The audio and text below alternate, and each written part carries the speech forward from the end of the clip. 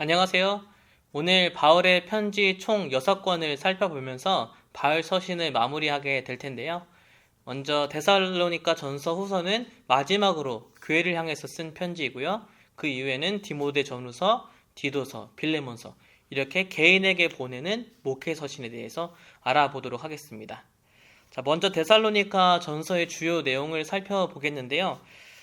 데살로니가 전서는 바울이 쓴 첫 번째 편지다. 아니다. 두 번째 편지다. 이러한 논쟁이 팽팽합니다. 그 이유는 사실 데살로니가 전서가 언제 쓰여졌는지는 변함이 없습니다. 문제는 이제 갈라디아서가 그 전에 쓰여졌는가 아니면 두 번째로 쓰여졌는가 이것에 따라서 달라지게 되는 거죠. 바울은 2차 전도 여행 때에 이제 성령의 인도하심을 따라서 그 사역의 방향을 유럽으로 바꾸게 되죠. 마게도냐라는 대륙에 처음 가게 됐고 처음으로 사역한 곳은 바로 빌립보였습니다. 그리고 빌립보를 떠나 두 번째로 간 것이 바로 데살로니가였는데요. 바울은 이곳에서 3주 정도밖에 머물지 못합니다. 왜냐하면 바울과 실라를 향한 엄청난 핍박이 있었기 때문에 이들은 베레아로 도망칠 수밖에 없었습니다. 바울은 할 수 없이 베레아로 피했다가 아덴으로 가게 되고 그리고 고린도에 머물면서 이제 디모데로부터 데살로니가 교회의 소식을 듣게 되고 이에 대해서 편지를 쓰는 것이 바로 오늘의 데살로니가 전서의 내용입니다. 디모데가 전한 교회의 소식은 정말로 반가운 소식과 함께 약간은 염려가 되는 그러한 상황이 있었습니다. 먼저 반가운 소식은 이렇습니다. 그러므로 너희가 마게도냐와 아가야에 있는 모든 믿는 자의 본이 되었느니라. 주의 말씀이 너희에게로부터 마게도냐와 아가야에만 들릴 뿐 아니라 하나님을 향하는 너희 믿음의 소문이 각 처에 퍼졌으므로 우리는 아무 말도 할 것이 없노라. 이렇게 바울은 딱 3주 정도밖에 짧게 사역할 수밖에 없었지만 엄청난 복음의 열매를 맺은 것을 볼 수 있습니다. 심지어 바울은 주님이 강림하실 때 우리의 소망과 자랑의 면류관이 무엇이냐 했을 때 바로 너희들이다. 이 데살로니가 교회다 라고 말할 정도로 이들은 아주 탄탄하게 잘 성장하고 있었죠. 그래서 바울은 이 데살로니가에 다시 가고 싶은 마음을 아낌없이 이 편지에서 전하고 있습니다. 하지만 이에 반해서 약간은 염려되는 상황이 있었는데요. 바로 종말에 대한 잘못된 가르침이 서서히 생겨나기 시작됐다는 것입니다. 바울은 이곳에서 3주 정도 아주 짧게 머물렀기 때문에 예수 그리스도의 복음과 그리고 여러 가지 교리적인 가르침 또 종말론에 대해서 자세하게 전하지는 못했습니다. 이것을 틈타서 바울의 가르침을 아주 교묘하게 왜곡하는 거짓된 교사들이 지금 이 데살로니가 교인들을 흔들고 있는 것입니다. 이에 대해서 바울은 아주 정확하고 명확하게 종말론을 가르치는 것뿐만 아니라 당시에 바울이 경험했던 것처럼 이 데살로니가 교인들도 엄청난 박해를 받고 있었기 때문에 주님이 주시는 이 종말론의 가르침으로 이들을 위로하고 있는 것입니다. 그 후에 우리 살아남은 자들도 그들과 함께 구름 속으로 끌어올려 공중에서 주를 영접하게 하시리니 그리하여 우리가 항상 주와 함께 있으리라. 그러므로 이러한 말로 서로 위로하라. 이렇게 종말론의 말씀으로 편지를 마치고 있습니다. 다음은 데살로니가 후서의 주요 내용인데요. 이 후서는 전서를 쓰고 나서 얼마 되지 않아서 다시 기록한 편지입니다. 왜냐하면 이 데살로니가 안에 있는 연루된 상황이 아직 해결되지 않았기 때문입니다. 첫 번째는 이들을 향한 박해가 더욱 매서워지고 심해졌습니다. 그리고 두 번째는 그것 때문에 많은 교인들이 잘못된 그 종말론에 미혹되고 있었다는 것이 큰 문제였죠. 바울은 이 두 가지를 바로잡고자 다시 편지를 쓰게 됩니다. 먼저 바울은 환난과 박해를 받고 있는 성도들을 향해서 그러므로 너희가 견디고 있는 모든 박해와 환난 중에서 너희 인내와 믿음으로 말미암아 하나님의 여러 교회에서 우리가 친히 자랑하노라. 이렇게 이들의 견디고 있음을 자랑하고 있습니다. 또한 바울은 너희로 환난받게 하는 자들에게는 환난으로 갚으시겠다. 그렇게 이야기하고 있고 이런 자들은 주의 얼굴과 그의 힘의 영광을 떠나 영원한 멸망의 형벌을 받으리로다. 이러한 확언의 말씀을 통해서 데살로니가 사람들을 위로하고 확실하게 하나님 말씀에 붙들려 있어라. 그렇게 다시 한번 격려하고 있습니다. 자, 그리고 이제 종말론의 문제가 있는데 그 당시에 잘못된 종말론은 뭐였냐면 주님의 날은 이미 이르렀다. 이미 오셨기 때문에 우리는 이제 방탕하게 마음대로 살아도 된다라는 그러한 가르침이 있었어요. 이에 대해서 이제 바울은 주의 날에 이르렀다고 해서 쉽게 마음을 흔들리거나 두려워하거나 하지 말아야 한다는 것이라. 누가 어떻게 하여도 너희가 미혹되지 말라. 이렇게 권하고 있습니다. 바울은 이들과 짧지만 함께 있을 동안에 내가 너에게 가르친 말과 복음을 잘 기억하라고 권합니다. 이처럼 데살로니가 후서는 잘못된 종말론에 대해서 바울이 전하고 있는 온전한 종말론이 아주 풍부하게 담겨져 있는 그 두 편지라고 할 수 있겠습니다. 자, 다음은 디모데전서에 대해서 알아볼 텐데요. 디모데는 바울이 참 사랑하는 제자였죠. 아들이라고 불렀습니다. 바울은 디모데를 에베소에 보내서 거기에서 사역하도록 합니다. 그리고 에베소 교회에 대한 여러 가지 걱정되고 염려되는 상황에 대해서 들었기 때문에 이 디모데의 목회를 독려하기 위해서 교회의 질서를 바로잡는 방법을 알려주기 위해서 편지를 쓰게 된 것이죠. 바울은 로마에 투옥당했다가 2년 정도 구금을 당했는데 잠깐 밖으로 나갈 수 있게 됩니다.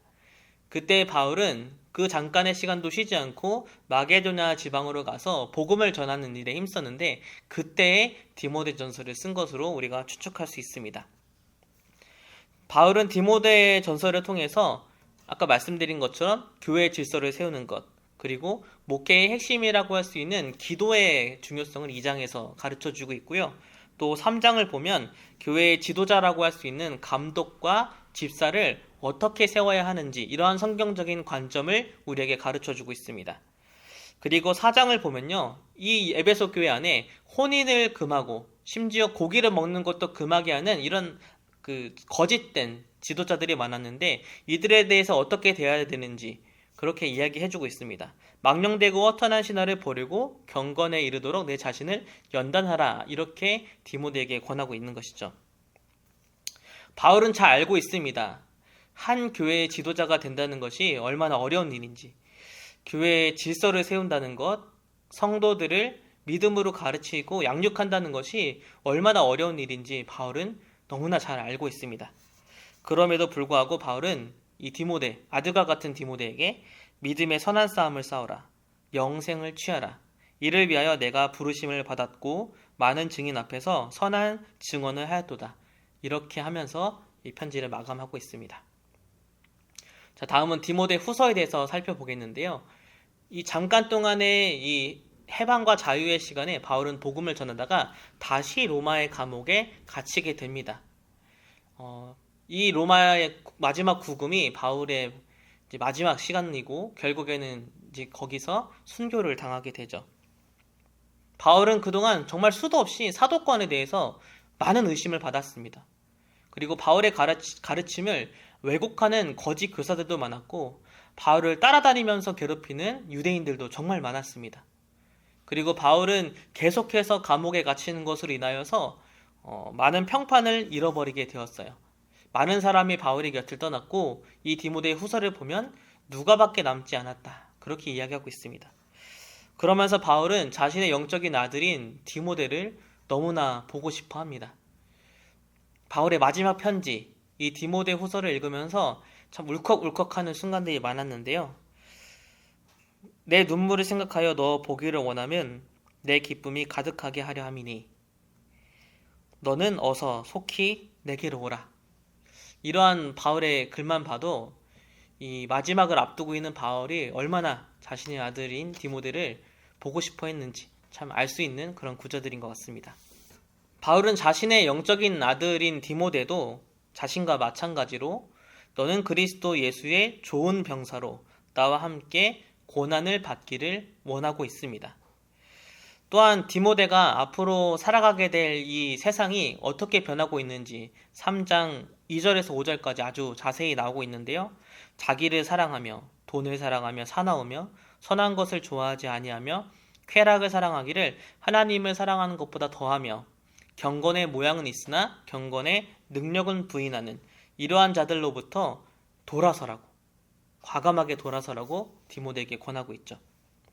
그리고 마지막으로 이런 잘못된 세상의 풍토와 온갖 이단적인 가르침, 거짓 교사들이 만연한 이 상황 속에서 디모데가 붙잡아야 될 것은 무엇이냐, 그리고 우리가 붙들어야 될 것은 무엇이냐, 그것은 모든 성경은 하나님의 감동으로 낸 것으로 교훈과 책망과 바르게 함과 의로 교육하기에 유익하니 이는 하나님의 사람으로 온전하게 하며 모든 선한 일을 행할 능력을 갖추게 하려 함이라. 이렇게 오직 성경만을, 오직 말씀만을 붙잡을 것을 권하면서 디모데를 향한 바울의 마지막 편지를 마치고 있습니다. 자, 다음은 또 다른 제자 디도에게 쓴 디도서를 살펴보겠는데요. 디도서는 앞서 얘기한 그 디모데 전서와 같은 시기에 기록된 것으로 보고 있습니다. 바울이 로마 구금에서 잠깐 해방되어 사역했던 그 시기를 말하는 거죠. 디도는 아마 바울과 함께 이 선교 여행 중에서 그레데 섬에 같이 사역을 했던 경험이 있었던 것 같습니다.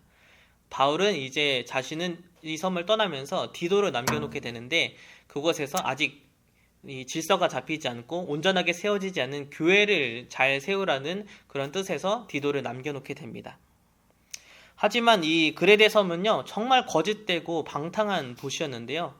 오죽했으면 거짓말쟁이를 뜻하는 말이 너는 그레데인 같다 라고 말할 정도로 이곳은 정말 거짓이 만연한 그러한 섬이었습니다.